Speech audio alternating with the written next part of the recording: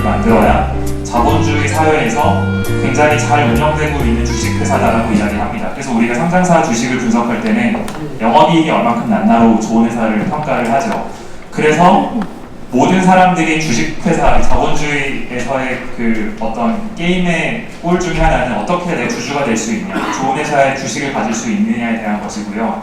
여기에 대한 딜레마를 푼 게 수십 년 전 실리콘밸리에서 발명한 스탁옵션 제도라고 생각을 합니다. 그러니까 스탁옵션 제도를 통해서 똑똑한 회사의 임직원들도 회사의 주식을 일부 받으면서 회사가 성장할 때 같이 주식 가치를 누리게 되는 방식이 나오면서 구글이나 페이스북 같은 그런 혁신적인 IT 회사의 천재적인 엔지니어들이 창업을 하는 대신 합류를 하고 같이 회사를 성장시킨 다음에 그 회사가 상장할 때 뭐 수백억씩도 이렇게 스탁옵션을 행사하는 이런 성공 사례가 지금의 실리콘밸리를 만들었다라고 저는 생각합니다.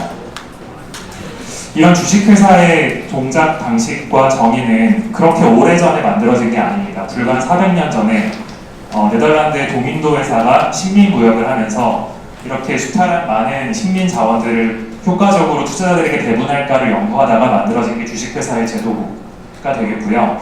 그럼 그 전에는 인류가 어떻게 일을 했냐? 협동조합 방식이라고 당연히 많은 분들이 이해를 하고 계실 것 같습니다. 지금도 협동조합은 존재하고요. 근데 협동조합이 왜 주식회사의 효율성에 밀려서 지금 시골 같은 데 가야만 찾아볼 수 있냐? 협동조합은 굉장히 이상적인 조직입니다. 한 명 한 명의 이 협동조합에서 일하고 있는 사람들은 자기 스스로 생산을 하고 이윤을 만들 수 있는 독립적인 사업의 주체들인데 각자가 일을 하는 것보다는 하나의 협동조합의 간판에서 서로 시너지를 내면서 더 많은 이윤을 함께 만들고 각자가 기여한 만큼 가져가는 게 협동조합의 정의고요. 협동조합에서는 어떤 투자자가 있어서 협동조합에서 만드는 매출의 몇 프로를 내가 가져간다? 남는 이윤의 얼마를 내가 가져간다라는 개념이 없습니다. 굉장히 이상적인 모델이죠. 그럼에도 불구하고 협동조합이 잘 안 되는 이유는 결국은 이 주식회사 효율성에 밀린 거고 공산주의가 자본주의에 밀린 논리와 비슷하다고 생각합니다. 그러니까 이 각각의 협동조합의 참여자들이 얼만큼의 기여를 했는지 투명하게 정산하고 배분할 수 있는 어떤 그런 도구가 없었기 때문에 공유제의 비극 같은 게 일어나고 결국은 그런 어떻게 보면 좀 악독하게 돌아가는 주식회사의 효율성이 밀리지 않았나 생각을 합니다. 좀 다른 관점에서 제가 질문을 하나, 화제를 한번 던져볼까 합니다. 결국 경제가 성장한다는 건 경제의 주체가 되는 조직들이 성장을 해야 되는 거고요. 모든 조직이 성장하려면 이 내부에서만 있는 자원으로 성장하는 조직은 생명체 관점으로도 세상에 존재할 수가 없습니다. 성장하려면 외부에서 자양분을 받아들여야 합니다. 기업 입장에서 받아들일 수 있는 자양분은 전 크게 이 세 가지가 있다고 생각합니다. 사실 저는 이게 꼭 기업뿐만이 아니라 뭐 정당이든 NGO든 모든 조직이 다 마찬가지라고 생각을 하는데요. 첫 번째는 좋은 사람을 우리 조직을 위해서 일할 수 있도록 유치하는 거고요. 두 번째는 자금을 확보하는 거, 세 번째는 비즈니스적인 어떤 관계를 잘 확보하는 그런 파트너십을 체결하는 겁니다. 이 세 가지 종류의 비즈니스 활동들을 지금까지는 회사에서, 회사 내부의 어떤 중앙화된 어떤 전략과 자원만을 가지고 잘 하면은 훌륭한 회사다라고 이야기를 들었는데 이 게임의 룰이 극단적으로 바뀔 수 있는 가능성이 열린 것을 제가 프로토콜 경제라는 이름으로 오늘 좀 소개를 해드리려고 합니다. 이 과정을 극단적으로 더 효율하게 만들 방법은 없을까? 보다 더 중요한 질문은 지금까지는 회사 내부의 구성원, 회사의 경영진이 이 과정을 책임지고 열심히 잘해야만 했는데 심지어 경영진이 없는 조직조차 조직 밖에 있는 많은 사람들이 이런 과정을 어떤 특정 조직에게 쏟아붓고 제조업이 몰락한 두 가지 사례를 말씀드리겠는데 5월 20일 날 바로 20대 국회가 도로 교통 개정에서 이제 퍼스널 모빌리티가 자전거 도로를 다닐 수 있게 해주셨죠. 오랜만에 좋은 소식을 들었는데요. 그동안 보수구지나 어린이 대공원에 가보면 이런 안내판이 있었습니다. 제가 사실 일인용 탈 것들을 여러 가지를 가지고 있어요. 근데 한 5년 전에는 보수구지 나가서 탈 수 있었거든요. 근데 서울시에서 이렇게 붙여놓으셔가지고 타면 신고하고 범칙도이다 해서 불법을 저지를 수 없으니까 못 탔습니다. 집에 그냥 써야겠고요. 저쪽 어린이 대공원인데 똑같은 거지.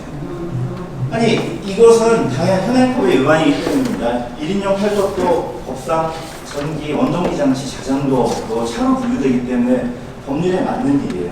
이렇게 5년여가 흘렀거든요. 그래서 5월 20일 날 대정법 해주신 거 좋은데, 자, 이제 시장이 열렸죠? 근데 그동안 이게 없었냐? 있었죠. 우리나라에서는 이렇게 불법인 시장에 투자를 하고 제조를 하는 회사가 없기 때문에 다 망했어요. 다 중국산.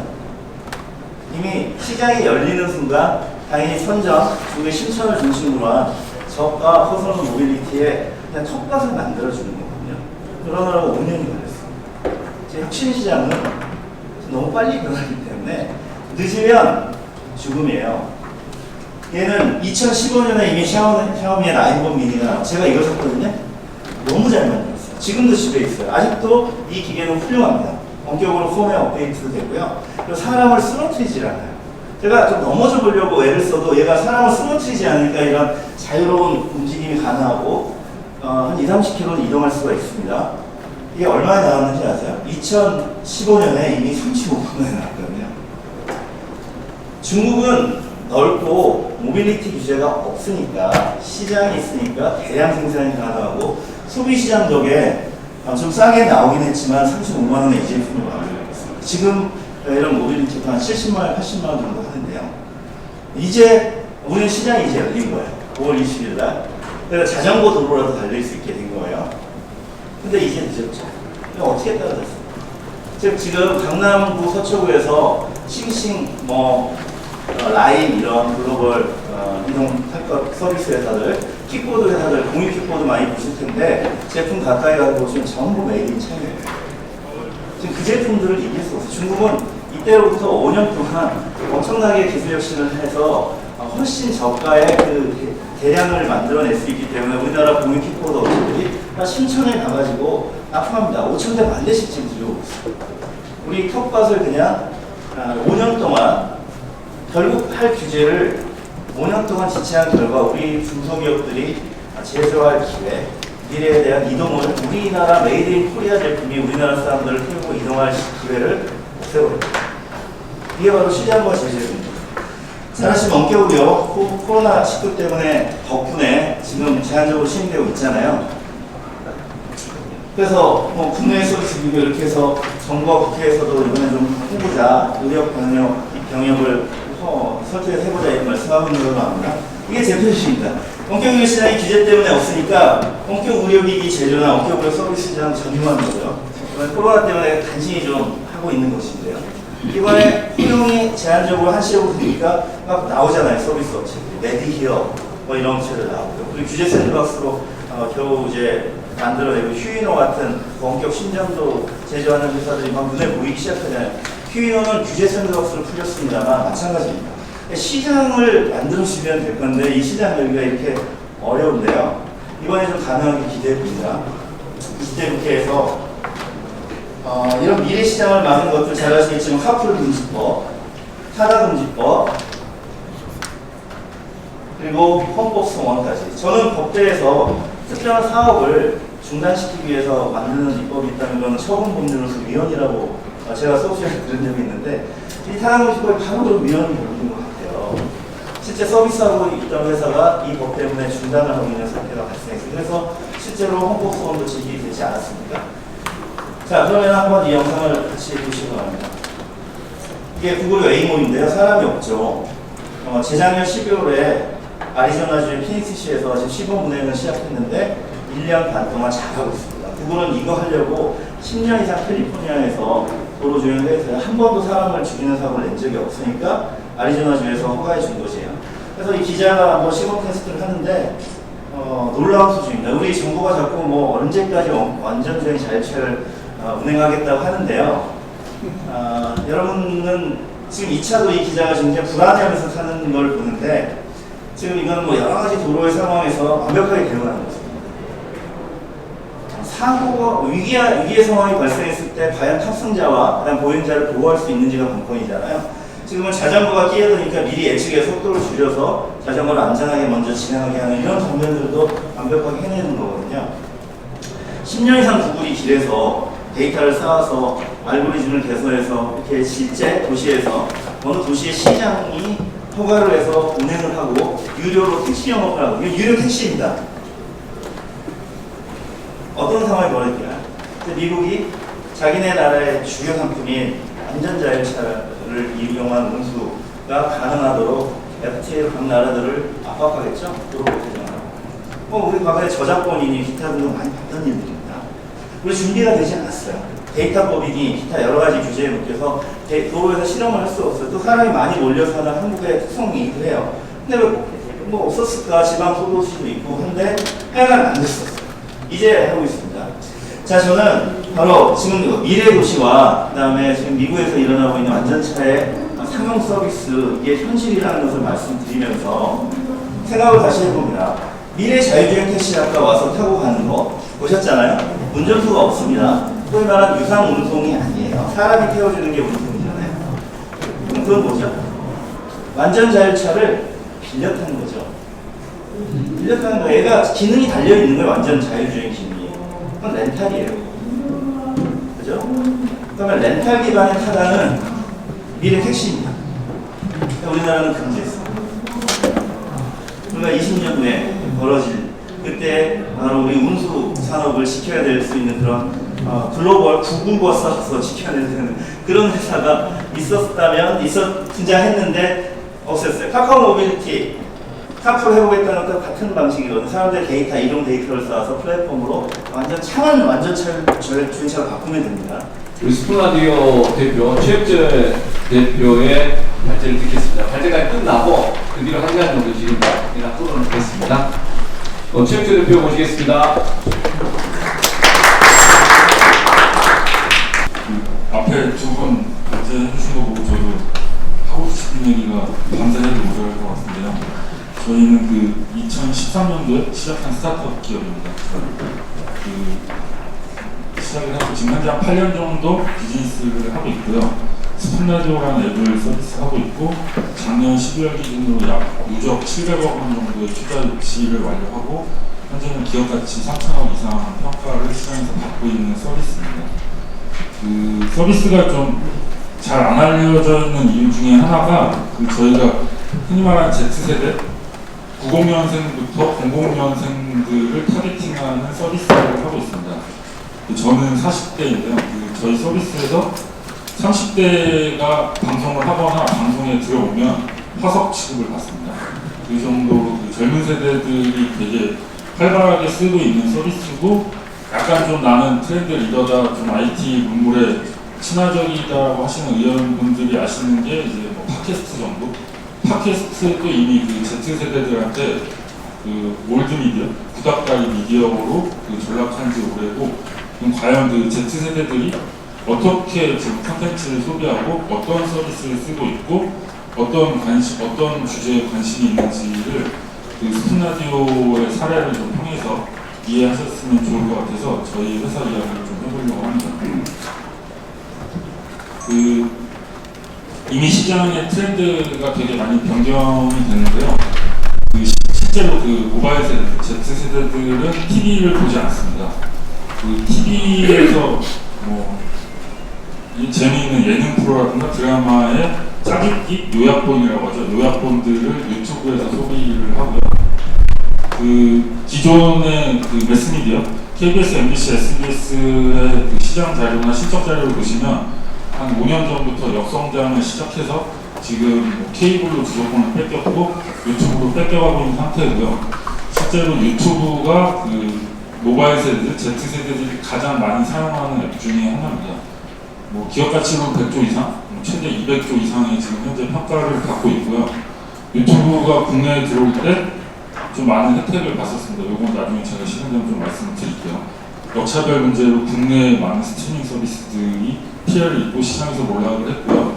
유튜브가 아까 구태현 변호사님 말씀하신 대로 우주공상 텃밭에 눌러 앉아갖고 지금 천억적인 돈을 벌어들이고 있는데 저희도 유튜브한테 돈을 엄청 쓰고 있습니다. 광고비로.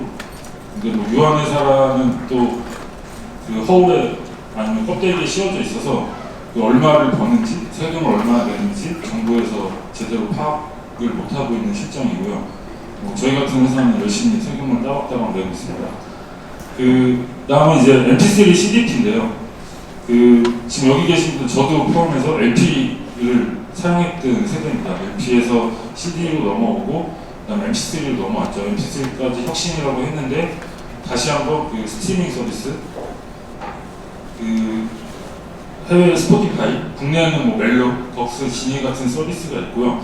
스포티파이 같은 경우에는 지금 시가총액이 30조 정도 됩니다. 현기차보다 높은 시총을 지금 기록하고 있고, 그 MP3에서 이 뮤직 스트리밍 서비스로 넘어올 때 한국에는 비트라디오라는 서비스가 있었는데요. 그 규제랑 저작권료 법률의 좀 그런 이슈로 인해서 실제로 한 200억, 300억 정도의 투자 유치를 받았음에도 불구하고 국내에서 그 사업을 접은 케이스가 있습니다.